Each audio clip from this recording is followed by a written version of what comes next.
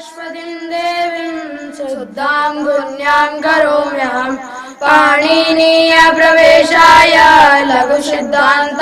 नमस्ते मित्रों, इस बार मैं आपको लेकर जा रहा हूँ राजकोट। यहाँ पर संस्कृति आर्य गुरुकुलम में मैं आज आपको दर्शन करवाऊंगा एक आदर्श गुरुकुल की। मैं इससे पहले गुजरात अहमदाबाद के हेमचंद्र आचार्य गुरुकुल में गया, जहाँ पर भव्यता भवन बहुत सुंदर थे, परंतु यदि मेरी व्यक्तिगत रूप से अपने बच्चों को किसी गुरुकुल में पढ़ाने की यदि जिक्र आया या विकल्प रहा तो मैं मेहुल भाई द्वारा और उनकी पत्नी जिज्ञासा बहन जी द्वारा संचालित संस्कृति आर्य गुरुकुलम में ही अपने बच्चों को भेजने का प्रयत्न करूंगा, क्योंकि इस गुरुकुल में वास्तविकता में केवल भवन और भव्यता पर नहीं, एक आचार्य जो गुरुकुल बनाता है उस पर जोर है। यह गुरुकुल राजकोट में स्थित है, जहां पर एक बहुत ही राजकोट के थोड़ा सा बाहरी इलाके में एक बहुत ही अच्छी और खुली जगह पर यह स्थित है। तो आइए देखते हैं कि क्या विशेष है गुरुकुल में जो मुझे यह बहुत प्रिय है।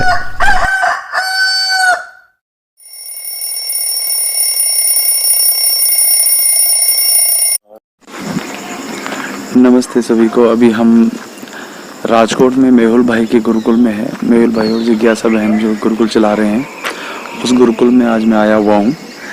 और यहाँ पर अभी शुरुआत हुई है, लेकिन जो वातावरण है, जो इनको पढ़ाने का ढंग है, जो अध्ययन कराने का ढंग है, वो बहुत अद्भुत लगा मुझे। तो मुझे लगा कि इस बारे में जो है सबको जानकारी मिलनी चाहिए। जैसे हेमचंद्र आचार्य गुरुकुल का हमने बनाया था वीडियो, उस प्रकार से यहाँ के बच्चों का भी जो है वीडियो हमें बनाना चाहिए, जिससे कि अधिक से अधिक लोग इस गुरुकुल में अपने बच्चों को भेजकर लाभ भी ले सकें और अपने बच्चों को एक अच्छा व्यक्तित्व भी बना सकें।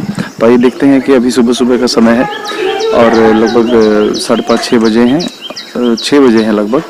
तो बच्चों को उठाने के बाद क्या किया जा रहा है, क्या वो करने वाले हैं, वो थोड़ा सा हम जानने का प्रयास करते हैं। तो अभी सो बच्चे उठकर क्या कर रहे हैं बच्चे?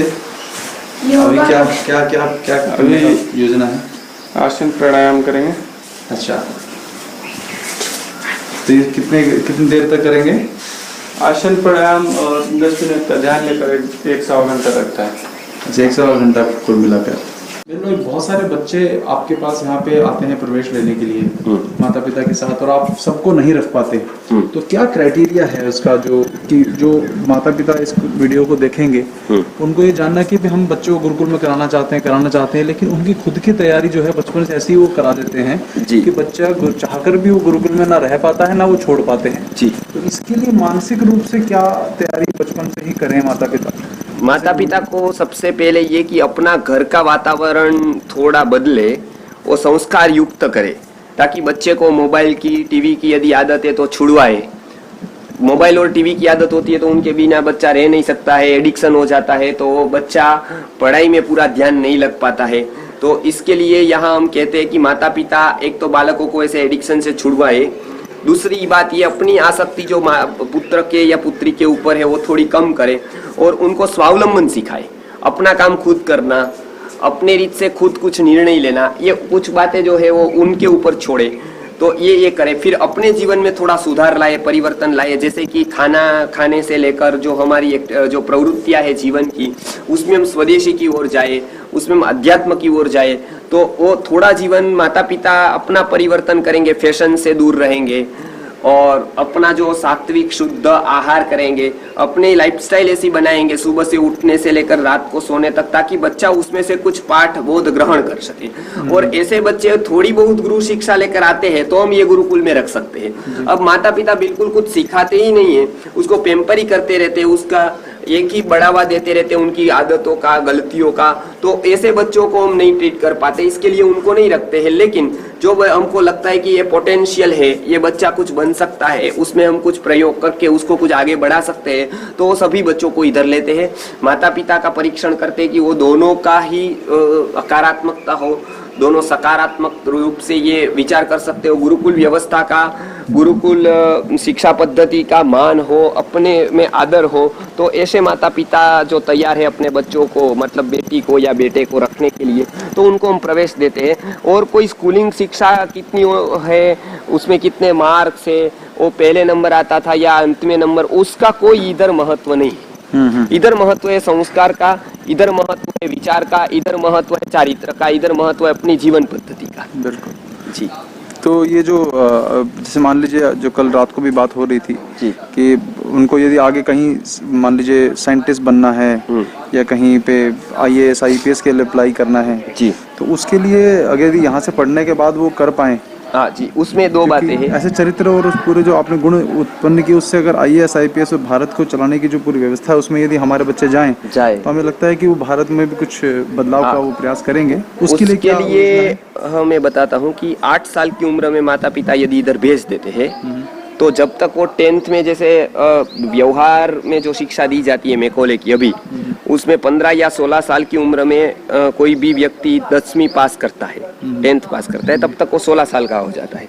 10th पास करने के बहुत सारे लोगों को हमने देखा, बहुत सारे विद्यार्थियों का देखते हम जब डेटा, तब इतने नजर में आता है कि थोड़ा बहुत उसको इंग्लिश आती होती है, मैथ्स और विज्ञान आता होता है, और सारे हिंदी मातृभाषा जैसे इधर गुजराती है, लेकिन मराठी हो या कोई भी मातृभाषा हो तो उसका ज्ञान तो उसको बोलने चलने से पहले से ही होता है।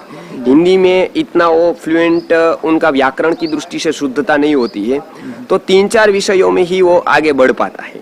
10th में शायद वो रैंकर भी हो तो भी ये 3-4 विषय ही उसके होते हैं। उसके बाद संगीत, साहित्य, कला, अनेक प्रकार का जो होता है बौद्धिक विकास, वो उसमें नहीं देखने को मिलता है। तो हम ये चाहते हैं कि ये 3-4 विषयों के लिए आप 10-10 साल पढ़ना पड़ता है, ये तो हम केवल 6-7-8 महीने में या 10 महीने में या 1.5 साल में ही करा देते हैं। तो आपको कितने धक्के, कितना टेंशन, कितना सारा बर्डन, इतना बच्चों को देकर कुछ बहुत सारी चीजें मिलती हो तब तो ये जस्टिफाई कर सकते हैं हम कि ये स्कूलिंग सिस्टम में डालें। लेकिन इतना तो हम 1.5 साल की पढ़ाई पढ़ाने के बाद आप किसी को भी भेज दो, 8वीं तक नहीं पढ़ाए, 9वीं तक नहीं पढ़ाए, सीधा इधर 1-1.5 साल में हम इतना पढ़ा देंगे तो उसको हिंदी की वर्णमाला से लेकर हिंदी भाषा आ जाएगी, इंग्लिश भाषा आ जाएगी, कंप्यूटर आ जाएगा। तो आप जो 10वीं तक पढ़ाकर जो रिजल्ट लाते हैं 10-10 साल तक उसको धक्के खिलाकर, उसको रुलाकर, बर्डन करके, उसका पूरा आनंदमय और मनोमय कोष को खत्म करके वो हम आनंद से इधर आसानी से, सहजता से जो पढ़ाई कर सकते हैं 2 साल में, तो आप क्या विकल्प पसंद करेंगे? तो बच्चों को बचपन से आपने कहा कि माता पिता कुछ पढ़ाकर भेजें, तो क्या वो अभी से तैयारी करें कि पढ़ाएं, क्या उसको आपका मैं प्रश्न का और भी एक उत्तर दे दूं कि जो 10वीं की पढ़ाई है केवल सर्टिफिकेट के लिए ही कही जाती है और वो केवल कंसीडर करता है 10th, क्योंकि आपके 9th में मानो कि 99% हो और 10th में 50% हो तो कोई भी गवर्नमेंट जॉब में कोई जाएगा या कहीं पर भी जाएगा तो उसका क्या कंसीडर होगा? 10th का मतलब उनके लिए 9th स्टैंडर्ड तक कुछ मतलब उसका कोई महत्व ही नहीं है। अब उनमें महत्व नहीं है, समाज में महत्व नहीं, तो आप क्यों 9th स्टैंडर्ड तक का महत्व रखते हैं? अब आप ही ऐसा सोचो, वो क्या कंसीडर करते हैं 10th, तो आप 9th में 99 या 92 या 90 लेकर क्या उसने पा लिया? कुछ नहीं, क्योंकि जब कंसीडर होने वाला है वो 10th है। तो वो ध्यान में रखते हुए हम वही करते हैं कि जो कंसीडर होने वाला है उसके ऊपर फोकस किया जाए, बाद का जो है वो बेकार कचरा वो छोड़ दिया जाए। तो 10th की ही सीधी एग्जाम दिलवा देते हैं इधर से NIOS बोर्ड में या स्टेट बोर्ड में जो जाए, और उनके लिए केवल तैयारी लगती है 1 साल की। क्योंकि हिंदी, गुजराती मतलब अपनी मातृभाषा, इसके लिए मैं बोल रहा हूँ, कोई भी मातृभाषा में हिंदी या गुजराती, इंग्लिश और संस्कृत, ये 4 भाषा उसको इधर से अच्छी तरह से आती होगी, वैदिक गणित आता होगा, संगीत आता होगा और बहुत सारे विषय आते होंगे, तो उसको 10th की एग्जाम देनी वो बिल्कुल आसान हो जाएगी जी। तो उसको रट्टा नहीं लगाना पड़ेगा, आगे जा सकता है। आपने जो बताया कि IAS IPS की जो अभी की व्यवस्था है तो उसमें भी वो आगे बढ़ सकता है, लेकिन उसके लिए एक शर्त है कि वो छोटी सी उम्र में इधर आना चाहिए। मतलब 8 साल में आ गया तो 15 साल तक हम 15 साल की उम्र हो जाए तब तक हम उसको इधर रख सकते हैं और इधर पढ़ाकर तैयार करके उसके बाद वो मॉडर्न में मतलब कि अभी की जो पढ़ाई है उसके साथ वो जा सकता है, बराबर। बाद में भी आए तो बाकी बच्चों से कहीं अच्छे तरीके से उसको जो अरे बहुत ही मतलब बाकी बच्चों के जो है, जैसे मेरी ही बात करें तो मैंने पूरी गुरुकुल शिक्षा से ही आयुर्वेद पढ़ा, न्याय पढ़ा, व्याकरण पढ़ा। उसके बाद जो बैचलर डिग्री होती है अभी की, जो आयुर्वेद और उसकी होती है संस्कृत की, तो बैचलर डिग्री की, मास्टर डिग्री के बाद PhD, उसमें नेट दी। तो उसमें भी मैं दूसरे लोग फेल हुए थे जो ये सिस्टम से पढ़े थे, संस्कृत पढ़े थे, आयुर्वेद पढ़े थे, लेकिन वो मॉडर्न तरीके से पढ़े थे तो वो संस्कृत में लिख ही नहीं पाते थे। उनका जवाब जैसे चरक सूत्र में क्या कहा है तो वो नहीं लिख पाते थे। तो इसके लिए वो मैंने उसको संस्कृत में पेपर लिख दिया तो नेट हो गई, नेट में भी रैंक आ गया और PhD भी किया। तो ये सब करने के बाद मुझे पता चला कि गुरुकुल शिक्षा व्यवस्था इतनी स्ट्रोंग थी कि भाषा उसकी अच्छी हो गई तो बहुत सारा उसको ज्ञान, बहुत सारी माहिती, बहुत सारे पुस्तकों का जो एसेंस है वो उसको समझ में आ जाएगा।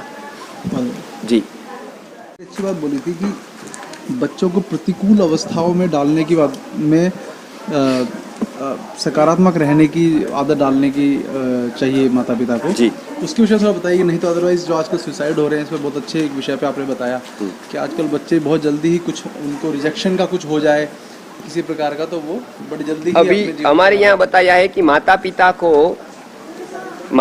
को बच्चों को तैयार करने के लिए माता पिता को कुछ ना कुछ उसको क्या करना चाहिए, कुछ ना कुछ उसको प्रतिकूलताएं देनी होती है। तो जैसे कि अभी जीवन में प्रतिकूलता नहीं है, जैसे वृक्ष होता है और यहाँ आप एक बीज डाल देंगे तो यहाँ देखिए आप सभी वृक्ष की 20 से 25 फीट ऊंचाई है। ये नीम देखिए या तो ये इमली देखिए, वही यदि हमने जंगल में भी बीज बोए हैं, जूनागढ़ का इधर जंगल है उसमें बीज बोए हैं, यही बीज का वृक्ष है वो 30-35 फीट तक गया है। क्या कारण है उसका? जंगल में पेड़ बड़े हो जाते हैं, इधर छोटे छोटे रह जाते हैं। उसका कारण है कि इधर देखिए सूर्य का ताप उसको मिल रहा है, पवन मिल रहा है, तो इसको कोई संघर्ष नहीं है। और संघर्ष नहीं है तब तक उसकी रिजर्व फोर्स बाहर नहीं आती है। अब जंगल की झाड़ियों में उसको सूर्य का ताप लेने के लिए बहुत झाड़ियों के साथ संघर्ष करना पड़ता है। संघर्ष करने से जो रिजर्व फोर्स होती है वो बाहर आती है, तो उनका विकास कर देती है। अब बच्चों को हम केवल सब सुख सुविधाएं देंगे, सुख सुविधाएं देंगे, सुख सुविधाएं देंगे, तो उसका रिजर्व फोर्स बाहर नहीं आएगा। तो दिन भर एसी में ट्रैवल करेंगे या उसको सभी प्रकार की सुविधाएं देंगे तो उसका जो रिजर्व फोर्स है वो बाहर नहीं आएगा। आप इसके लिए देखेंगे जिसने संघर्ष किया है ना वो व्यक्ति बहुत ही कुछ कर पाया है। आज जितने इंडस्ट्रियलिस्ट देखेंगे उन्होंने जीवन में बहुत संघर्ष किया है। इसके लिए हमारे यहाँ संस्कृत में बताया गया है कि सुखार्थी न कुतो विद्या, कुतो विद्यार्थी न सुखम। विद्यार्थी चेत त्यजेत सुखम, सुखार्थी चेत त्यजेत विद्याम। सुखार्थी हो तो विद्या को छोड़ दो, विद्या लेनी है तो सुख को छोड़ दो, दो में से एक पास कर दो। तो वो और दूसरा मैं उदाहरण देता हूं, जैसे आजकल की समस्या अमेरिका में है तो बच्चे सुसाइड कर रहे हैं। वो सुसाइड का रेशियो मेरे ख्याल से सबसे ज्यादा अमेरिका वगैरह कंट्रीज में जहां ये शिक्षा आगे गई है। क्यों? ये शिक्षा जो है वो जीवन का संघर्ष में खड़ा रहने की शक्ति नहीं देती है। जब जीवन संघर्ष आएगा ही, जीवन है तो स्ट्रगल है ही, जीवन में से स्ट्रगल बाद नहीं कर सकते आप मानो कि अपने बच्चे को किसी भी तरह से अच्छी तरह से इधर रखेंगे, अपने घर पे कोई प्रतिकूलताएं नहीं देंगे। जरूरी नहीं है कि समाज में जाकर उसको ऐसी गद्दी मिलेगी, चलने के लिए फूल की छाव मिलेगी, ऐसा जरूरी नहीं है। उसको कांटे मिलेंगे समाज में। आपको ऐसे बच्चे नहीं तैयार करने हैं कि जो फूलों की सेज पर चले, या तो उसकी आपको ऐसे बच्चे तैयार करने हैं कि कांटों पर चलने के लिए भी तैयार। समाज में यदि कांटे भी मिल जाए तो उसके पैर इतने हो जाए, इतने स्ट्रोंग हो जाए कि वो कांटे पर चलकर भी अपने लक्ष्य को पाले। तो इसके लिए बच्चे को तैयार करना है। इसके लिए अपने केवल अनुकूलता ही देकर वो नहीं हो सकता है। जैसे मूर्ति बनानी होती है, गुरुजी उदाहरण देते हैं भगवान की, तो उसको बनाना तो भगवान है, तो हम क्या करते हैं, पत्थर लाते हैं। फिर पत्थर के ऊपर यदि हम कहेंगे नहीं ये तो भगवान है, भविष्य के हमारे भगवान है, फ्यूचर के भगवान है, इसके ऊपर हम अभिषेक करने वाले हैं, फूल चढ़ाने वाले हैं, उसकी पूजा आरती करने वाले हैं, षोडश अभिषेक करने वाले हैं, अनेक प्रकार के स्नान कराने वाले हैं, तो उसको हम कैसे ही वो चीनी और हथौड़ा लेकर उसको टिपेंगे? उसको तो कॉटन से करना चाहिए। जब कोई भगवान भी बनाता है, निर्माण करता है, तब उसको क्या करना पड़ेगा? पहले तो भगवान को भी, जो बनने वाले भगवान है उनको भी प्रतिकूलताएं सहन करनी पड़ेगी, उसको भी हथौड़ा खाना पड़ेगा, उसको भी वो खिला ठोकने पड़ेगा, उसकी भी बरोबर से मतलब डिजाइन करनी पड़ेगी, वो कॉटन से नहीं होगी। तो ये संघर्ष है वो अनिवार्य है। इसके लिए माता पिता को बच्चे को प्रतिकूलताएं देनी पड़ेगी। इसके लिए प्रतिकूलता से जो बैक्टीरियल हम कहते हैं ना कि जो व्यक्ति बचपन से ही ऐसे वातावरण में रहा हो तो उसकी इम्यून पावर इतना डेवलप हो जाएगा, जैसे झोपड़पट्टी में रहते हैं उनका, कि उनको कोई भी प्रकार का वायरस आए और उसको स्वाइन फ्लू हो जाए ऐसा नहीं होगा। लेकिन सिटी में रहने वाला व्यक्ति को पास वाले को छींका ही तो उसको न्यूमोनिया हो सकता है। तो इस तरह से ये एक प्रकार का इम्यून पावर डेवलप करना है, अपना संघर्ष के प्रति जागने का, संघर्ष के प्रति लड़ने का जो इम्यून पावर है ना वो डेवलप करना है। और इसके लिए घर पे ही इसकी शुरुआत हो जाए और गुरुकुल उसको अच्छी तरह से आगे बढ़ाए। शुरुआत उसको घर से ही करनी पड़ेगी, तो घर पे ही करे, उसको प्रतिकूलता घर पे कुछ दे, उसको स्वावलंबन घर पे सिखाए, बच्चे अपने कार्य खुद करे ऐसा ही वो घर पे सिखाए, तो प्रतिकूलता ये जीवन में आवश्यक है। और ऐसा व्यक्ति तैयार किया ना तो आप देख सकते हैं, आज छोटी सी बात में, अभी अहमदाबाद में जब 10th का रिजल्ट आता है तो अहमदाबाद में साबरमती के नदी के वो जो ब्रिज है उसके पर पूरी पुलिस लग जाती है। अच्छा। तो 10th और 12th का रिजल्ट आता है तो पूरा पुलिस बंदोबस्त हो जाता है। तो पूछते हैं हम लोग क्यों ये पुलिस बंदोबस्त किया है, वो बोले कि आज के दिन ज्यादातर लोग इधर जंप लगाने आते हैं। क्यों 10th में उनको ऐसा किया था निश्चित कि मुझे 95 आएंगे और 90 आ गए। किसी ने ऐसा निश्चित किया था कि 80 आएंगे और 70 या 60 आ गए, तो जंप लगाकर मर जाता है क्योंकि 90 नहीं आया तो मेरा जीवन व्यर्थ है, मैं मेडिकल में नहीं जा पाया तो मेरा जीवन में कोई सार ही नहीं है। तो ये क्या है, ये एक रुग्ण मस्तिष्क की अवस्था है, एक बीमार मानस है। तो ये स्कूल सिस्टम तैयार करती है, उसमें ध्यान नहीं दिया जाता, इसके लिए इसमें बीमार मनुष्य निकलते हैं। मस्तिष्क के जो बीमार है वो समाज से ज्यादातर लोग बीमार है और वो मस्तिष्क से टूटे हुए हैं। गुरुकुल शिक्षा में पढ़कर आप देखिए, कौरव या पांडव कौन अच्छा कौन बुरा वो छोड़ दीजिए, लेकिन पूरा रामायण देख लीजिए, पूरा महाभारत देख लीजिए, आज से 100 गुना ज्यादा संघर्ष उस काल में था। लेकिन एक भी किस्सा ऐसा आपने नहीं पढ़ा होगा रामायण में या महाभारत में कि एक भी व्यक्ति ने सुसाइड किया हो। तो क्या था उसमें, तो जीवन में संघर्ष सहन करने की जो ताकत थी ना वो ताकत दी जाती थी।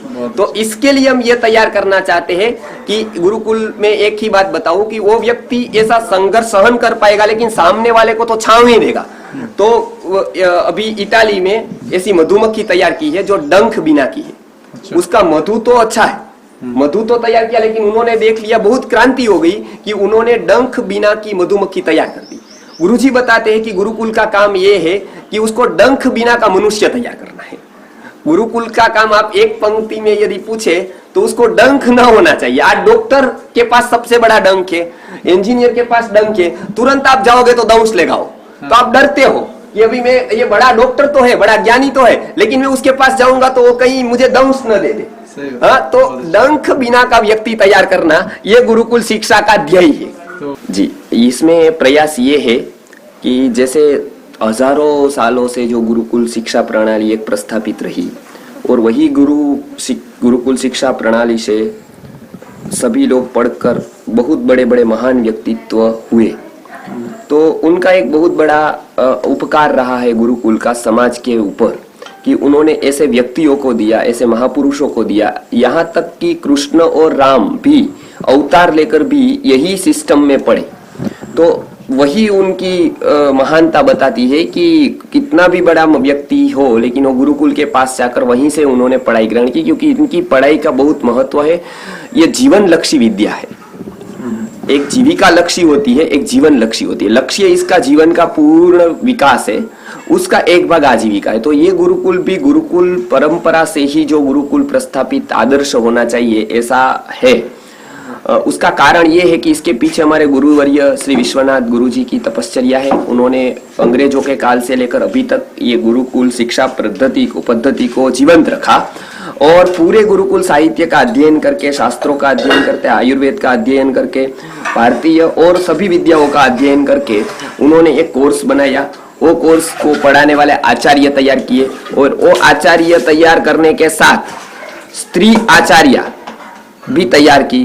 तो स्त्री और पुरुष दोनों मिलकर ये काम कर सकते हैं, तो दोनों का विकास आगे जाकर कर सकते हैं। इसके लिए ये गुरुकुल में आचार्य भी है, आचार्य पढ़ाते भी है, आचार्य मतलब महिला आचार्य भी है, वो भी पढ़ाती है।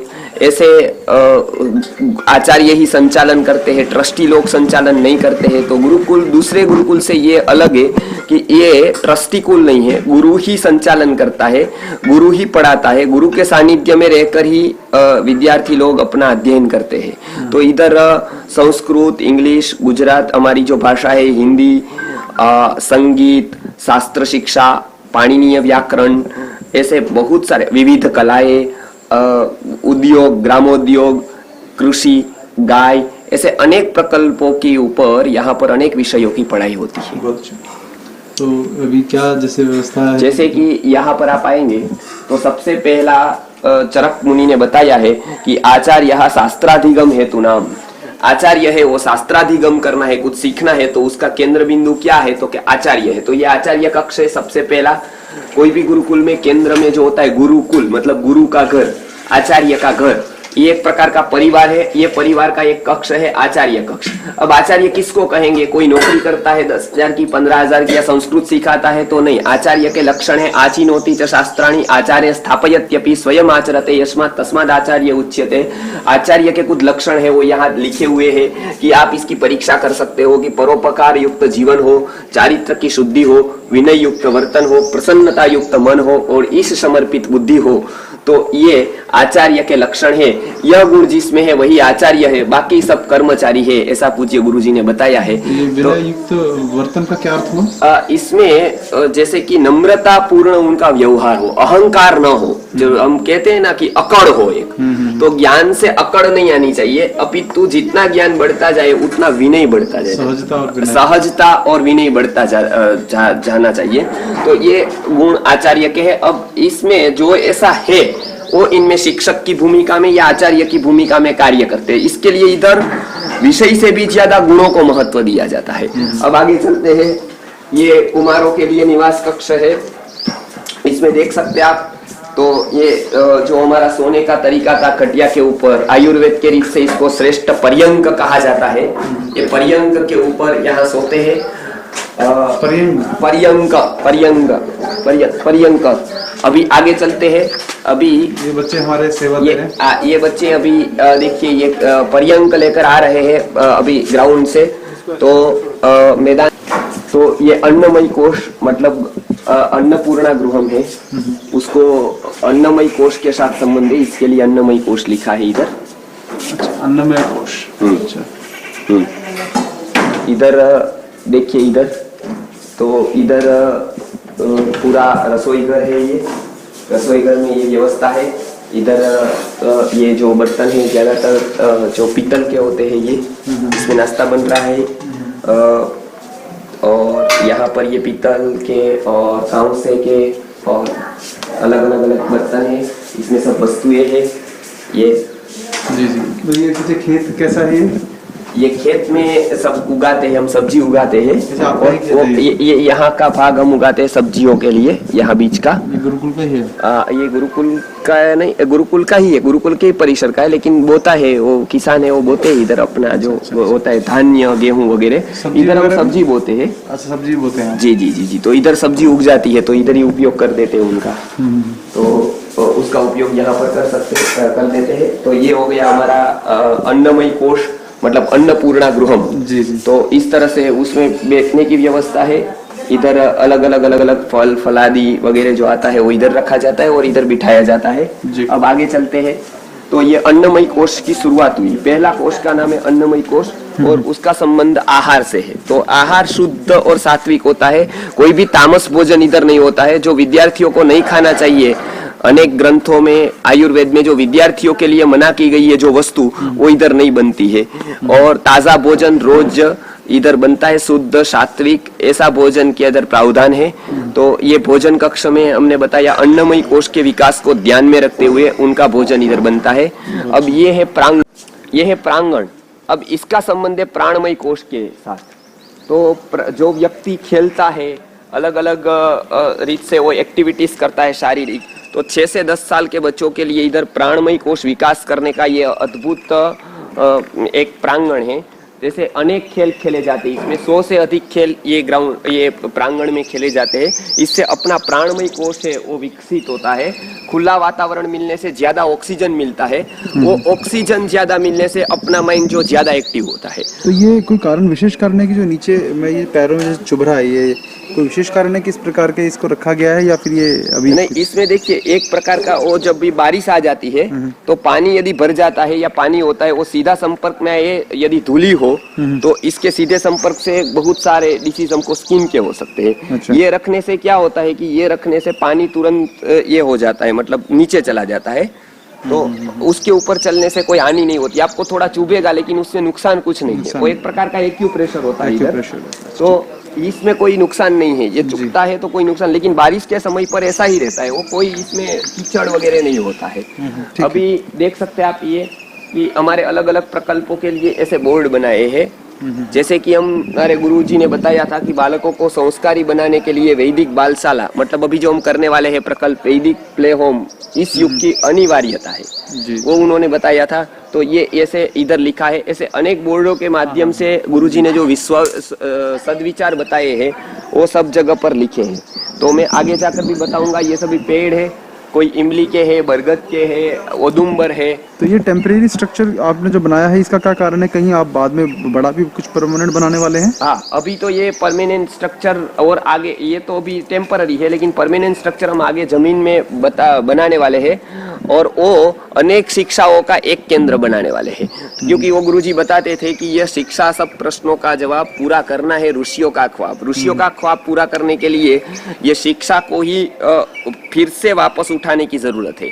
और वो हम प्रयत्न कर रहे हैं कि अनेक विषयों में गुरुकुल शिक्षा का प्रावधान हो, अनेक युवा लोग भी इसमें पढ़े, अनेक बहनें भी इसमें तैयार हो।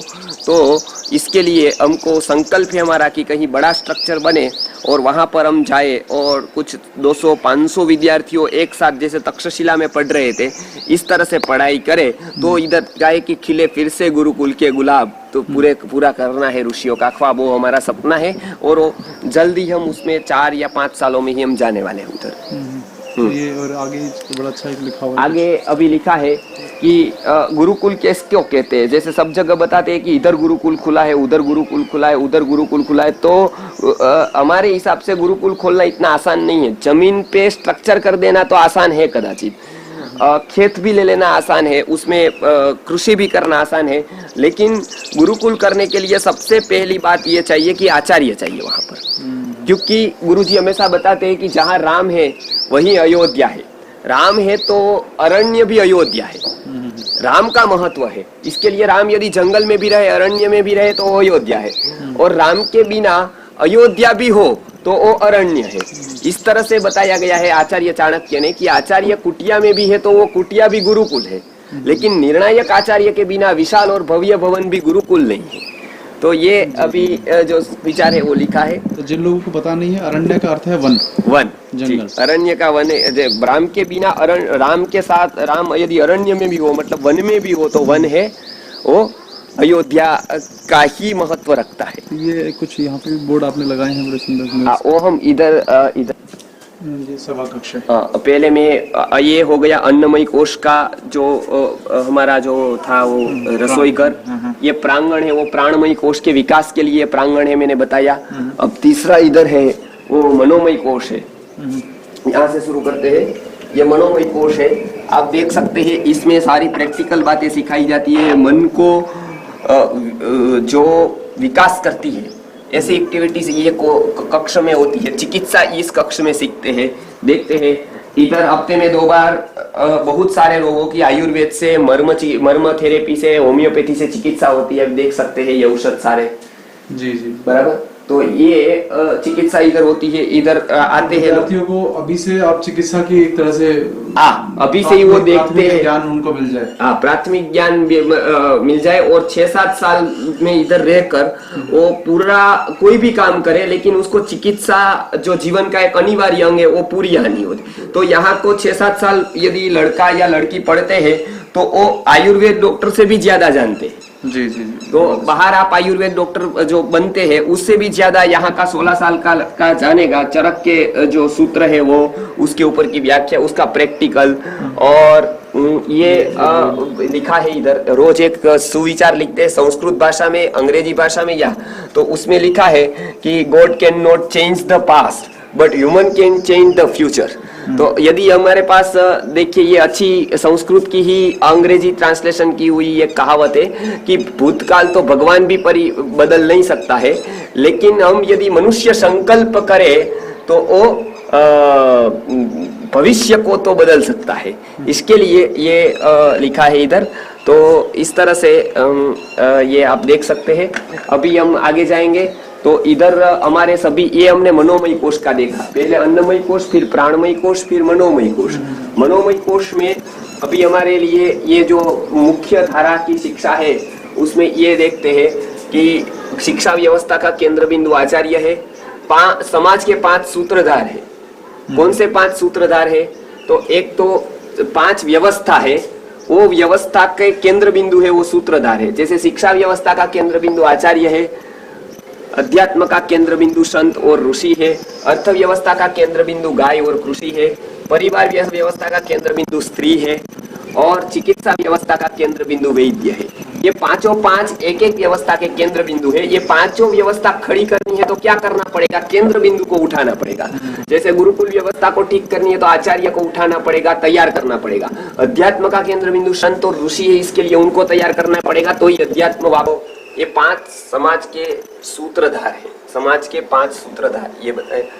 शिक्षा व्यवस्था का केंद्र बिंदु आचार्य है, अध्यात्म का केंद्र बिंदु संत और ऋषि है, अर्थव्यवस्था का केंद्र बिंदु गाय और कृषि है, परिवार व्यवस्था का केंद्र बिंदु स्त्री है और चिकित्सा व्यवस्था का केंद्र बिंदु वैद्य है। ये पांचों व्यवस्था यदि खड़ी करनी है तो ये पांचों केंद्र बिंदु को तैयार करना पड़ेगा।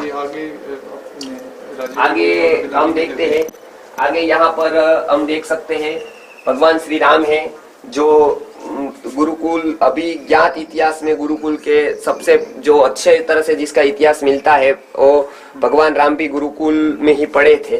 तो ऐसे ही गुरुकुल के वो विद्यार्थी रहकर ऐसे ही गुरुकुल की स्थापना के लिए उन्होंने बहुत सारा कार्य किया। वहां से प्रारंभ होकर गुरुकुल की अधिष्ठायी देवी ये सरस्वती है, ताकि उनकी आराधना इधर होती है। ये भगवान धन्वंतरी है जो आयुर्वेद का अमृत कुंभ लेकर समुद्र मंथन से निकले थे और आयुर्वेद का अमृत उन्होंने जगत को दिया। सुश्रुत आदि परंपरा से लेकर उन्होंने आयुर्वेद का ज्ञान दिया। ये हमारे पूज्य गुरु जी है जिन्होंने ये गुरुकुल की स्थापना के लिए पूरा जीवन लगाया। और ये राजीव भाई जी है जिन्होंने भी स्वदेशी प्रचार में और प्रसार में और ये गुरुकुल मेकोले शिक्षा से लोग मुक्त होकर गुरुकुल की ओर बढ़े, इसके लिए उन्होंने अपने धुआंधार प्रवचन से समाज को एक तरह से जगा दिया, तो गुरुकुल की ओर मुख कर दिया है। अभी बस जाने की देर है। अभी तो राजीव भाई ने जो मुख उस तरफ था वो बहुत मेहनत करके इस तरफ कर दिया है, तो अभी बस रास्ता दे दिया है, तो वही रास्ते पर अभी गुरुकुल है। तो वहां पर लोग उनके जो उनके विचारों को मानते उनको मानते हैं, वो वापस गुरुकुल की ओर आए, वो उनका सपना था। तो इसके लिए हम यहाँ प्रयत्नशील है कि ऐसे जो विचारक लोग हैं वो इधर जुड़े और ये गुरुकुल को आगे बढ़ाए। जी अभी हम जा रहे हैं। आपने जो अंग्रेजी के लिए आप कह रहे हैं कि बच्चों को अंग्रेजी का भी ज्ञान होना चाहिए, अंग्रेजी तो ज्ञान ना हो भले ही जी, इसके कारण आप अंग्रेजी भी उनको यहाँ पर पढ़ाते हैं, कंप्यूटर भी पढ़ाते हैं। कंप्यूटर अंग्रेजी ये दोनों आधुनिक जो व्यवस्था है उसके साथ वो अज्ञानी न रह जाए और अपने ज्ञान को दूसरे की तरफ पहुंचाने में ये साधन रूप बने, साधन बन जाए। हाँ, तो ये साधन का उपयोग करके अपना ही संस्कृत का ज्ञान वो दे सके, इसके लिए उनको वो भी ज्ञात कराया जाता है, ताकि लोगों के सामने तो वो अज्ञानी न सिद्ध हो, लेकिन लोगों को उनको ऐसा लगे कि ये अंग्रेजी और कंप्यूटर के साथ साथ कितना जानता है। अभी हमारे जो 5 है, गुरुजी ने जो सबसे बड़ा कार्य इस सदी का किया उसमें ये 5 मुख्य प्रकल्प पर कार्य किया। ये मनुष्य जीवन का पूर्ण विकास करने के लिए 5 शिक्षा वो 5 व्यवस्था जरूरी है। उसमें इधर लिखा है प्रभु समर्पित बुद्धि से निकला प्रकाश। उन्होंने भक्ति प्रभु की करके इतना समर्पण किया अपने आप को, तो उनसे उनके बुद्धि से बहुत सारे विचार ऐसे निकले, बहुत सारे आयाम ऐसे निकले, तो मानव समाज को बहुत उपयोगी होंगे, आगे जाकर भारतीय समाज को उपयोगी होंगे। उसमें सबसे पहला है गर्भ विज्ञान। तो इधर शिविरें करते हैं, इधर बहुत सारी औषधियां ऐसी है जो गर्भिणी स्त्री के लिए या गर्भ पूर्व आयोजन के लिए भी उपयोगी है, जैसे हम दिव्य आत्माओं का अवतरण करा सके, इसके लिए उनका पूर्ण विज्ञान दिया है, वो है गर्भ विज्ञान। उसके ऊपर हम शिविर सेमिनार करते हैं, उसकी चिकित्सा करते हैं, औषध भी देते हैं। उसके बाद ठीक आता है सुवर्ण प्राशन संस्कार। तो भारत में जो भूला हुआ संस्कार है, जो गोधुली परिवार भी अभी उसमें अच्छी तरह से आपका जुड़ा है, और समाज में गुरुजी का यह सपना है कि हर एक बालक सुवर्ण प्राशन संस्कार करे, और चाहे कितना भी गांव में अंत में रहता हो, लेकिन उनको सुवर्ण प्राशन मिलना चाहिए। इसके लिए हम व्यवस्था करते हैं और सारे लोग टीम सारी संस्थाएं जुड़कर यह संस्कार को आगे बढ़ाने का अविरत प्रयत्न करती है। तो ये सुवर्ण प्राशन संस्कार इस सदी में गुरुजी ने 1970 से लेकर अभी 49वां साल है, ये 49 साल से लगातार हम सुवर्ण प्राशन संस्कार का प्रचार प्रसार कर रहे हैं। उसके बाद आता है वैदिक पेरेंटिंग, मतलब आदर्श अभिभावक। तो आदर्श अभिभावकता जो है, इसके लिए उनका इंग्लिश शब्द लिखा है वैदिक पेरेंटिंग, जैसे आदर्श अभिभावकता संस्कृत शब्द है। तो उसमें माता पिता आदर्श कैसे बने, अपने बच्चों को आसक्ति यदि हम नहीं छोड़ेंगे तो बच्चा कभी कुछ बन ही नहीं पाएगा। तो इसके लिए आदर्श अभिभावक बनने के लिए अपने बच्चे के पास आसक्ति छोड़कर उसको गुरुकुल शिक्षा में ही डालना चाहिए। अदरवाइज क्या होगा कि यदि वो ऐसा नहीं करते हैं, माता पिता अपने पास रखते हैं, तो आसक्ति बढ़ती जाती है। बच्चे को जो माता पिता का महत्व समझना चाहिए वो गुरु समझा सकता है। माता पिता खुद अपना महत्व बच्चे को नहीं समझा सकते। तो गुरु के यहाँ गए तो पाठ होता था मातृदेवो भव पितृदेवो भव, और घर पे आए तो पाठ होता था आचार्य देवो भव। इसके लिए हम क्या चाहते हैं कि अपना व्यक्ति यदि खुद महत्व बताने लगता है ना, तो सामने वाला व्यक्ति का मनस मस्तिष्क ऐसा होता है कि इंद्र भी अपना गुण गाएगा ना, तो इंद्रोपि लघुताम याति स्वगुण कथन ही, वो स्वगुण का कथन करने से इंद्रोपि लघुता को प्राप्त होता है। और परैर प्रोक्ता गुणा यस्य निर्गुणी भी गुणी भवेत्, दूसरे लोग जो गुण बताते हैं ना किसी का, तो निर्गुणी होते हुए भी गुणवान हो जाता है। तो ये साइकोलॉजी को ध्यान में रखते हुए बच्चे को जब तक घर की आवश्यकता है 5 से 6 साल तब घर पे ही रखिए, माता पिता का सहवास दीजिए। उसके बाद बालक के माता पिता की सहवास की जरूरत नहीं है। उल्टा यदि रखा घर पे तो अति परिचयात अवज्ञा होगी। अति परिचय हो जाने से बालक उद्धत होगा, अवज्ञा करेगा, माता पिता की आज्ञा को नहीं मानेगा, और आगे जाकर वही माता पिता को वृद्धाश्रम में डालेगा। तो इसके लिए आपको पसंद करना है कि 6 से 16-17 साल तक अपने पास रखना है कि जीवन भर, 17 साल के बाद जीवन भर रखना है। यदि 6-7 साल के बाद यदि 20 साल 25 साल तक रख दिया तो मानो कि वो जीवन भर के लिए गया, लेकिन जीवन भर रखना है तो उसको गुरुकुल में भेजो जी। तो ये अभी ये सुवर्ण प्राशन, ये वैदिक पेरेंटिंग, ये वैदिक बाल गुरुकुलम मतलब वैदिक प्ले होम हम जो अभी नया कंसेप्ट लेकर आ रहे हैं वो 3 से 5 साल के बच्चों के लिए है। और उसके बाद गुरुकुल शिक्षा, ये गुरुकुल शिक्षा तक पहुंचने के लिए सब चाहिए। ये यहाँ तक पहुंचने के लिए ये 4 है वो माइलस्टोन है, गर्भ विज्ञान, सुवर्ण प्राशन संस्कार, वैदिक पेरेंटिंग, वैदिक बाल गुरुकुल, और अंतिम है गुरुकुल शिक्षा। अभी आगे जाएंगे तो यहाँ पर हम देख सकते हैं कि अभी संस्कृति गुरुकुल का क्या रोल है। तो ये गुरुकुल शिक्षा के बारे में हमने बताई। तो यहाँ पर क्या व्यवस्था है, तो इसमें बताया गया है कि पंचकुल से पंचकोश का संपूर्ण विकास। अब ये पंचकुल क्या है, तो आप देख सकते हैं पंचकुल क्या है। तो सबसे पहला है आरोग्य कुलम, क्योंकि सबसे पहली शुरुआत होती है शरीर से। कोई भी काम करना है तो शरीर से होगी। अब शरीर ठीक करने के लिए इधर को निःशुल्क चिकित्सा है, वो गर्भ में है तभी से बहुत ध्यान रखा जाए तो वो स्वस्थ हो सकता है, इसके लिए गर्भ विज्ञान है। और उसके बाद जो है वो सुवर्ण प्राशन है। तो जन्म हुआ वो बालक को सुवर्ण प्राशन और उसको लगातार 14 साल तक देते। 3 प्रकल्प हो रहे हैं आरोग्य कुलम के अंतर्गत ये गुरुकुल में। दूसरा है कि अकेले हम दवाई कर सकते हैं, तो दवाई तो कोई ऊपर से नहीं गिरेगी या फैक्ट्री में नहीं बनेगी या कोई रसायन से नहीं बनेगी। कहाँ से बनेगी, तो औषधि से, वृक्षों के अंगों से ही बनेगी। इसके लिए क्या जरूरी है, वृक्ष कुलम जरूरी है। तो ये इसके अंतर्गत वृक्ष का संवर्धन इधर होता है, वृक्षारोपण होता है, वृक्षारोपण कराया जाता है। औषधि वन इधर बन रहा है, अभी नक्षत्र वाइज औषधि का इधर होगा। और तीसरा है कि वैदिक अग्निहोत्र, कि जो सही तरह से जो अग्निहोत्र था और उसका जो परिणाम वृक्ष, वनस्पति, औषधि और आरोग्य के ऊपर था, इसके लिए वैदिक अग्निहोत्र कृषि का भी इधर कर रहे हैं हम। तो ये आरोग्य कुलम, वृक्ष कुलम। इसके साथ साथ ये सबको यदि ये जानना है या तो करना है सफल, तो केवल अपने विचार से नहीं होगा, उसके लिए ग्रंथ अध्ययन का आवश्यक रहेगी। इसके लिए ग्रंथ कुलम है। तो ग्रंथ कुलम में 30,000 ग्रंथ है हमारे पास संस्कृत के। तो ग्रंथ का रक्षण करते हैं, संवर्धन करते हैं, सत साहित्य का प्रचार करते हैं, संत ग्रंथ का प्रकाशन करते हैं। ये ग्रंथ कुलम के अंतर्गत आता है। अभी ग्रंथ कुल के साथ साथ ये तो हो गई पुस्तक की बातें, लेकिन उसको जब हम व्यवहार में उठाते हैं शास्त्रीय सिद्धांत को, तो गौकुलम चाहिए। मतलब गाय का सहवास चाहिए, गाय का जो महत्व है अपनी संस्कृति में, उनके दूध का महत्व है। तो बच्चों को भी इधर गाँव की जो गाय है उनका दूध दिया जाता है। इधर भी गाय हम रखते हैं, तो 8 गाय हमारी इस गाँव के है, इधर 2-3 गाय रखेंगे। तो गौ का रक्षण और वर्धन, पंचगव्य का प्रशिक्षण और पंचगव्य का उत्पाद कुछ है वो बनाते हैं, तो वो सिखाते भी है इधर। और अंतिम में आता है वो है संस्कार कुलम। उसमें हमारा भगवत गीता केंद्र है, बाल संस्कार केंद्र है और महिला विकास केंद्र है। ये संस्कार उसको शिक्षण के साथ साथ उसको ये सब शास्त्रों के अध्ययन के साथ साथ संस्कार भी मिले, इसके लिए हम उसके संस्कार के बारे में ध्यान रखते हैं, ताकि बच्चे कुछ न बने तो संस्कारी तो बनी जाएंगे। तो ये संस्कार का बहुत ही वैल्यू है। तो वो संस्कार से वो आगे बढ़ सकते हैं। अब अंतिम में हमने देखा वो अंतिम मनुष्य जीवन का लक्ष्य है आनंदमय कोश।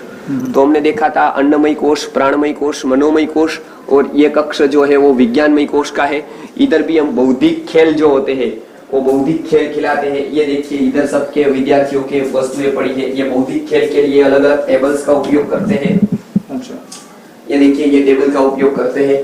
इधर पुस्तकें हैं जो विज्ञानमय कोश के आधारित है पूरे, उसमें माहिती भी होती है, बुद्धि बढ़े, ऐसे बहुत सारे पुस्तकें हैं। इधर ये कबाट में भी पुस्तकें हैं। देखिए दिख रहा है अष्टांग संग्रह नाम की किताब इधर दिख रही है हमको। तो जैसे अनेक ग्रंथ है, देखिए आप देख सकते हैं इसमें। ये चरक संहिता है, ये संक्षिप्त अष्टांग संग्रह है, ऐसे अनेक पुस्तकें आप देख सकते हैं इधर। तो ये सभी को हम विज्ञानमय कोश मतलब उसकी बुद्धि बढ़ाने के लिए इधर उपयोग करते हैं। इधर से ही कोर्स बनता है पूरा, आप देख सकते हैं पूरे के पूरे।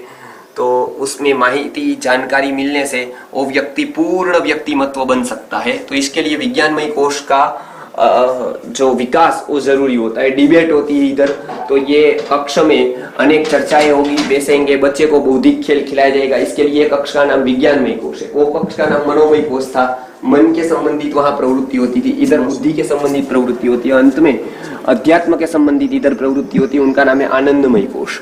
तो ये आनंदमय कोश में हम देख सकते हैं इधर भी बहुत सारे ग्रंथ है, आप देख सकते हैं इधर ये सभी ग्रंथ आप देख सकते हैं।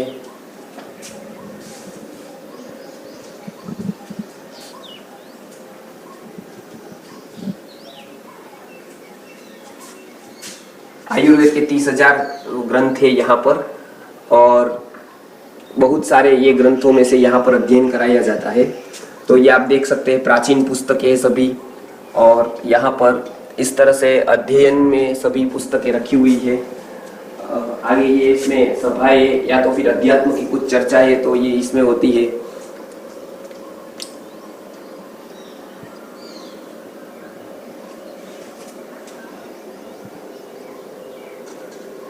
बहुत अच्छा। अभी हम देखते हैं इधर, तो इधर पढ़ाई होती है बच्चों की, हम देख पाएंगे थोड़ी देर में। इधर क्लास होता है, पाठ होता है, ये भी इधर पुस्तकें ही रखी है। इधर हमने देखा कि ये पांचों कोशों के विविध दैनिक प्रवृत्तियों जो होती है इधर, वो किसको ध्यान में रखते होती है, किसने निर्णय किया है ऐसा कि ये रखना चाहिए नहीं।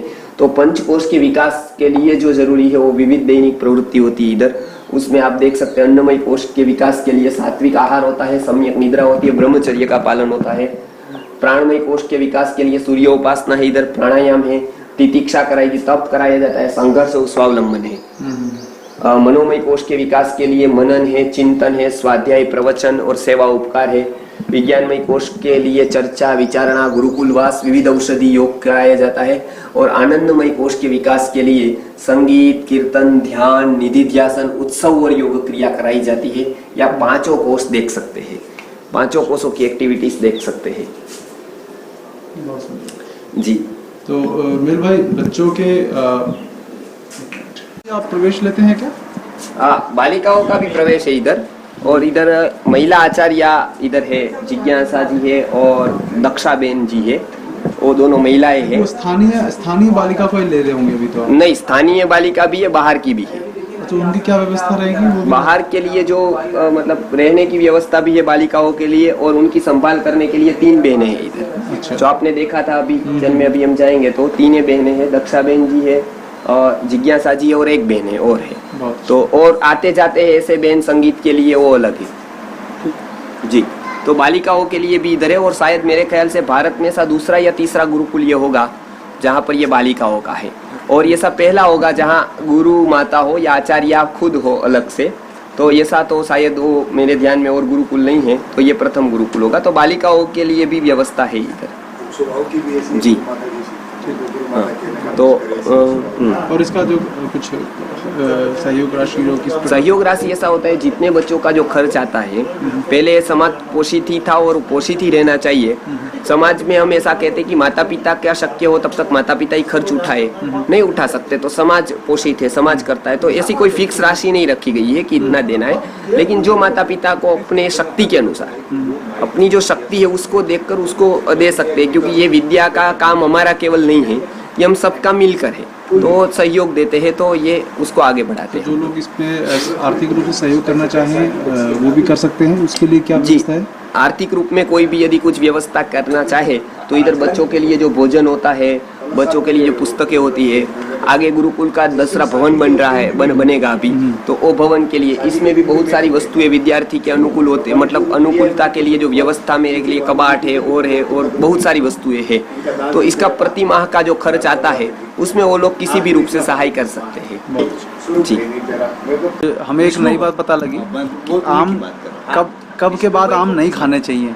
तो इसमें मेहुल भाई ने एक नई जानकारी दी हमें कि आप जो हम आम आज हमने ये केसर आम गुजरात का हम खाना चाह रहे थे तो जी, सूर्य का आर्द्रा में प्रवेश होने के बाद बारिश चालू हो जाती है, मतलब वर्षा ऋतु का प्रारंभ हो जाता है।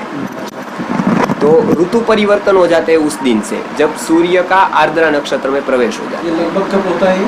वो होगा 20 जून के आसपास होता है। आषाढ़ जब शुरू होता है हाँ, बस वही, मतलब जब ज्येष्ठ मास का अंतिम भाग होता है, वो भी हो सकता है आषाढ़ का प्रथम, क्योंकि वो महीने के हिसाब से अलग अलग आएगा, जैसे अधिक मास आ गया बीच में तो, लेकिन ज्यादातर वो नक्षत्र के वाइज ही वो आता है। सूर्य का आर्द्रा नक्षत्र में प्रवेश हो तब ऋतु में परिवर्तन आ जाता है।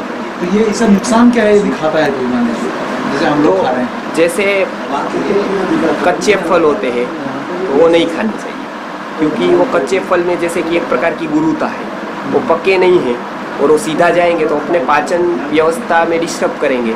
बहुत पके हैं जिसमें दुर्गंध आने लगती है, वो भी नहीं खाने चाहिए। इसी तरह से ये फल में छोटे छोटे जीव जंतु हो जाते हैं उसके वातावरण के प्रभाव से, क्योंकि ये फल के ऊपर बहुत सारा वातावरण का प्रभाव होता है। तो बारिश होती है तो मॉइस्चर हो जाता है और उसके कारण आम है वो गर्मी का फल है, तो बाहर ठंडा वातावरण हो गया तो बहुत सारे इसमें नहीं दिखने वाले भी जंतु होते हैं, इसके लिए वो फल हमको नुकसान कर सकता है। इसके लिए हमारे यहाँ बताया कि वो नहीं खाना चाहिए। आम आर्द्रा नक्षत्र में सूर्य का प्रवेश हो गया तो वो नहीं खाना चाहिए।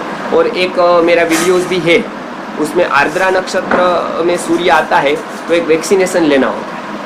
वो राजीव भाई के गुरुजी हर्डीकर दादा ने बताया था वो वैक्सीनेशन, वो हर एक मनुष्य को, मतलब आयुर्वेदिक का एक टीका होता है, जैसे टीका हम वैक्सीनेशन समझने के लिए कहते हैं, वैक्सीनेशन नहीं है लेकिन एक रसायन प्रयोग है।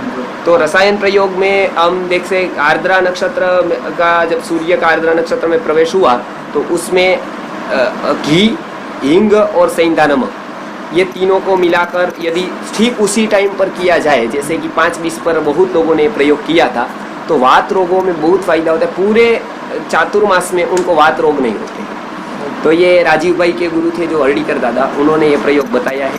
तो ये एक और भी एक प्रयोग है ये।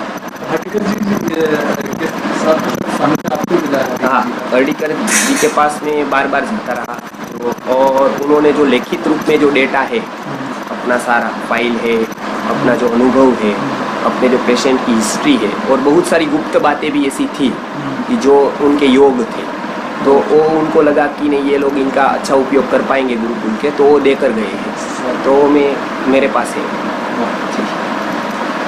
तो मेरे भाई कृपया बताएं कि बच्चे किस प्रकार की प्रस्तुतियाँ देने वाले हैं? जैसे कि हमारे अनेक विषय है, गुरुकुल पद्धति में शिक्षा के अनेक विषय बताए गए हैं, तो वो उसमें से मुख्य है न्याय और व्याकरण।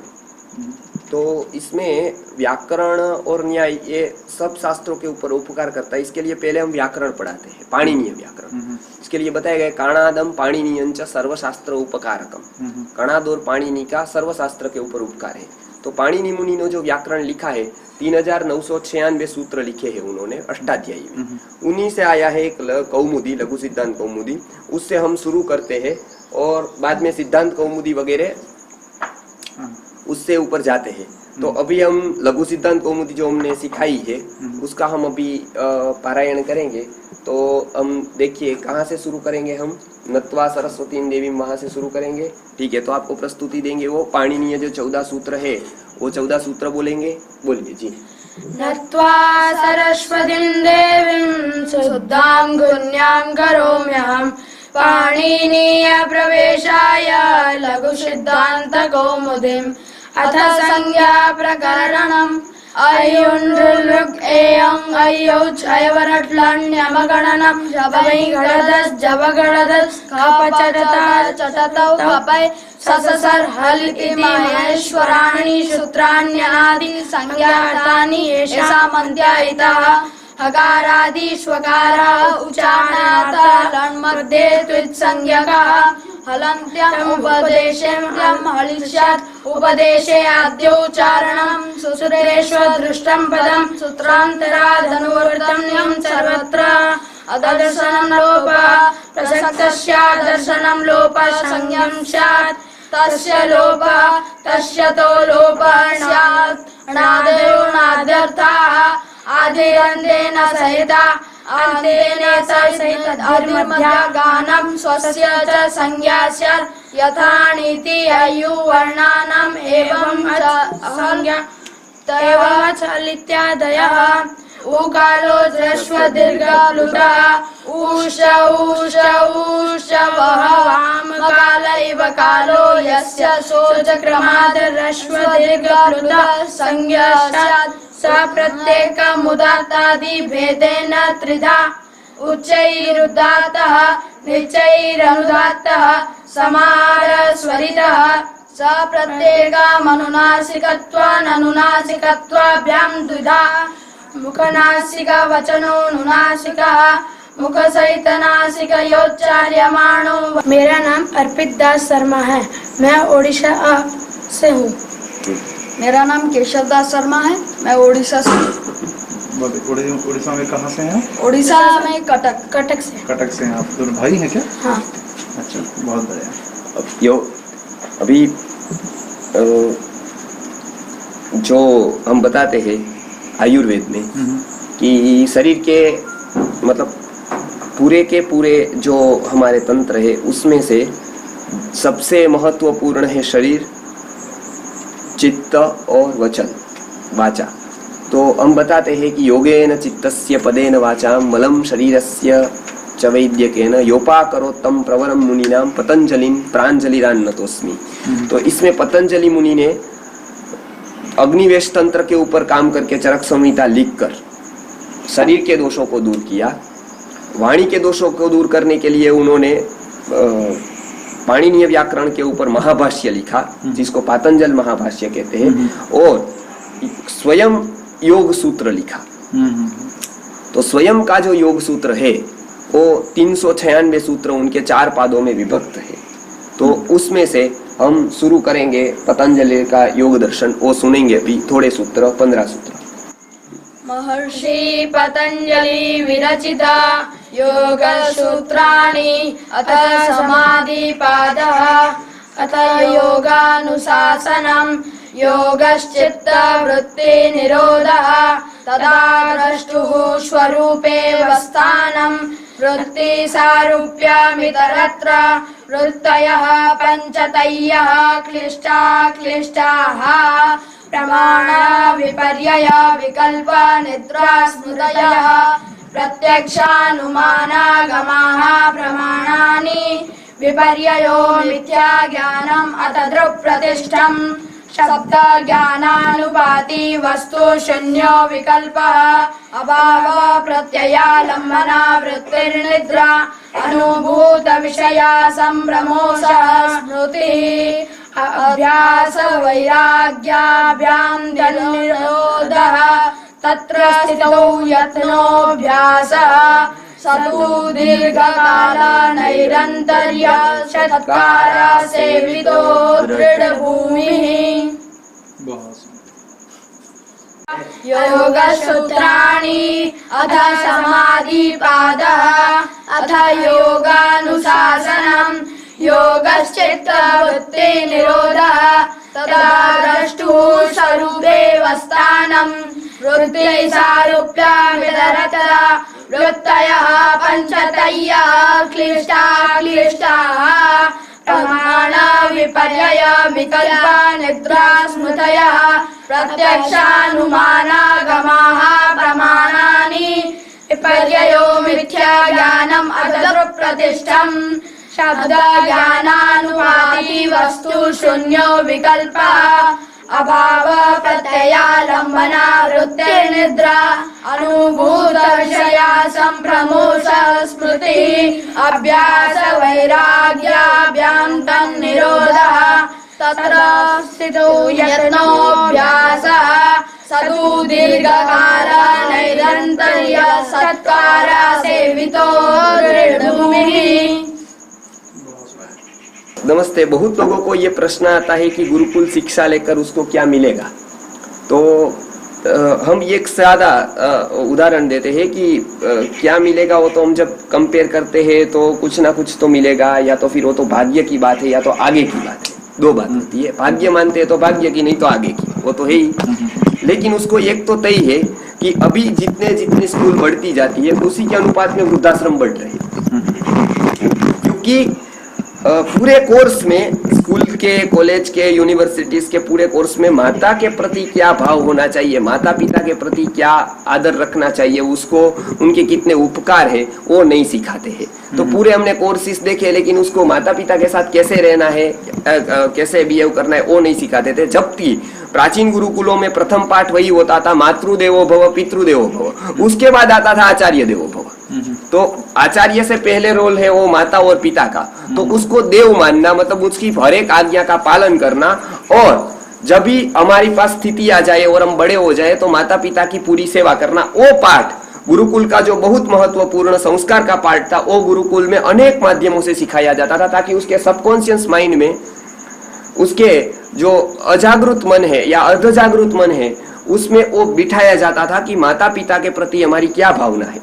तो आज हम हिंदी कविताओं में से ही एक अच्छी कविता, जो माता को किस तरह से मैं रखूंगा या तो मैं बड़ा होकर क्या करूंगा, हाँ, उसके लिए हम एक कविता सुनेंगे कि वो बच्चों के भावना कैसे डाली जाती है बचपन से ही। तो वो हम कविता एक सुनेंगे। तो हाँ, मुझे ऊंची मिले हवेली या मिल जाए राजमहल, छप्पर की कुटिया हो चाहे पेड़ों की छाया शीतल, मेरे घर ये नहीं बनेंगे चाहे वो कितने सुंदर, मेरी माँ जिस जगह रहेगी वही बनेगा मेरा घर, वही बनेगा मेरा घर। नहीं है बस। अच्छा, बहुत सुंदर। मेरी माता जहाँ रहेगी। तो जैसा हमने देखा कि राजकोट में जो गुरुकुल का देखने का मेरा भी बहुत मन था बहुत दिनों से। आज मुझे यहाँ पर आने का अवसर मिला और मेहुल भाई से जो हमने बात की उसमें बहुत सारी बातें निकल कर आई। जैसे आपने देखा होगा, हेमचंद्र आचार्य गुरुकुल की जो स्थापना है उसमें एक मजबूत स्तंभ के रूप में मेहुल भाई रहे हैं। और इस विषय पे जो पूरा जो इन्होंने अभी बताया हमें, उस विषय पे जो पकड़ है इनकी, इसके कारण मैं इनका बहुत मुरीद हूँ व्यक्तिगत रूप से। और मैं कोई अवसर नहीं छोड़ता कि मैं इनके पास आकर किसी प्रकार के जो कई विषयों पे जो ज्ञान है वो लेने का। इनके वीडियोस बहुत सारे हैं, लेकिन एक जब तक व्यक्तिगत एक परिचय होता है उसका एक अलग ही एक प्रभाव होता है। यहाँ पर जो बच्चे हैं उन अभी ये शुरुआत है बिल्कुल। आपने बहुत सारी चीज़ें अभी यदि आप भी आएंगे तो लगेगा कि ये ऐसा क्यों है, ऐसा क्यों है, लेकिन बहुत सारी चीज़ें अभी आगे योजना में है, क्योंकि अभी शुरुआत ही हुई है इसकी। और हमें लगता है कि जैसे हेमचंद्र आचार्य गुरुकुल में हमने बच्चों की नज़र से सारा गुरुकुल देखा था, यहाँ पर जो है बच्चे अभी उतने परिपक्व और अभी उनका अध्ययन अभी इतना पूर्ण नहीं हुआ है कि वो सब चीज़ें बता पाएँ। इसीलिए हमने मेहुल भाई की सहायता ली। तो मुझे लगता है ये जो इन्होंने बताया, ये देशव्यापी एक व्यवस्था में यही लागू होना चाहिए सब कुछ, जिस प्रकार से इन्होंने समझाया। तो जो उद्देश्य था कि इनके द्वारा जो इन्होंने पूरे यहाँ पर जो लगाए हैं चित्र, इसके द्वारा हमने यही समझने की कोशिश की कि वास्तविकता में कहीं आगे यदि आप भी कोई गुरुकुल खोलना चाहते हैं तो किस प्रकार से उसमें एक व्यवस्था रखनी चाहिए। तो ये बड़ा यहाँ भले छोटे स्तर पे है, लेकिन यही एक पूर्णता लिए हुए है अपने आप में। तो वो जो पूर्णता के साथ कार्य करने का जो है बात, वो शायद मेहुल भाई के पास जो उनका ज्ञान है, उनके गुरुजी के द्वारा दिया जो आशीर्वाद है, उसके कारण वो कर पाते हैं। तो ये हमारा उद्देश्य भी इस वीडियो का यही है कि इस बात को ज़्यादा से ज़्यादा लोगों तक पहुँचाया हमने, जिससे कि ये गुरुकुल देश भर में इसी रूप में शुरू हो। कोई विकृति, यथासंभव विकृति ना आए। अनजाने में आ जाए तो बात अलग है, तो यथासंभव वो एक परफेक्शनिस्ट की तरह एक संपूर्ण एक गुरुकुल की व्यवस्था के रूप में शुरू हो। और आप यदि चाहें तो किसी प्रकार की यदि यहाँ सहयोग करना चाहें, आर्थिक रूप से कुछ भेजना चाहें, कुछ यहाँ गुरुकुल के लिए अभी जो बड़ा भवन निर्माण होगा, तो उसके लिए हम ये अकाउंट नंबर नीचे दे देंगे। आप उस अकाउंट नंबर में अपनी मर्जी से अपनी सहयोग राशि जमा कर सकते हैं। हमें लगता है कि जो रविंद्र शर्मा जी गुरुजी ने हमें बताया कि पहले जो हमारे देश में पूरी व्यवस्था बड़ी, जैसे शास्त्र लिखे गए, वेद पुराण लिखे गए, ये सब जो लिखे गए, इसका बड़ा कारण ये था कि समाज ने विद्वानों का जो है वो कभी भी जीविका की चिंता नहीं होने दी समाज ने। इसके कारण ही ये देश जो है जैसा था वैसा बन पाया। आज जो है हमें कहीं ना कहीं उसी रूप में वो पुनः आरंभ करना होगा। हाँ, सुपात्र लोगों के लिए ही करना है, बहुत कुपात्र भी हैं इस व्यवस्था में, तो सुपात्र लोगों के लिए हमें अपना यथासंभव जो है वो व्यवस्था में सहयोग करना चाहिए, आर्थिक हो या जिस प्रकार से भी हो, वो हमें ज़रूर करना चाहिए। तो हमें लगता है वो पुनः वो ला करके हम समाज ही इसका पोषण करें, जिससे कि इनका जो चिंतन है, चिंता है, वो केवल उस पर रहे कि हम बच्चों को किस प्रकार से एक अच्छा व्यक्तित्व बना पाएँ। वो सबसे महत्वपूर्ण बात है। तो यहाँ जो बच्चे हैं, मैं व्यक्तिगत रूप से यदि बताऊँ तो मेरा बेटा 1 साल का है। मैं तो मेरा यही स्वप्न है कि मेरा बच्चा भी यहीं पर पढ़े।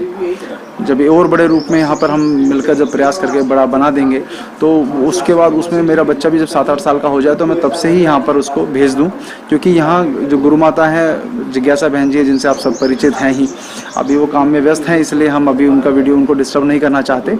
लेकिन उनके सानिध्य में जो बच्चे रहेंगे, कि हमने उनकी जो कला है, जो बच्चों को जिस तरह से वो एक अपने बांध देती हैं अपनी बातों से, कि जिस प्रकार से कहानियां सुनाकर वो प्रेरित कर देती हैं, मुझे लगता है वो अपने आप में एक बहुत ही अद्भुत एक विलक्षण एक प्रतिभा है जो उनमें है, जो मैंने बहुत कम लोगों में इस देश में देखी है, विशेषकर नारी शक्ति में।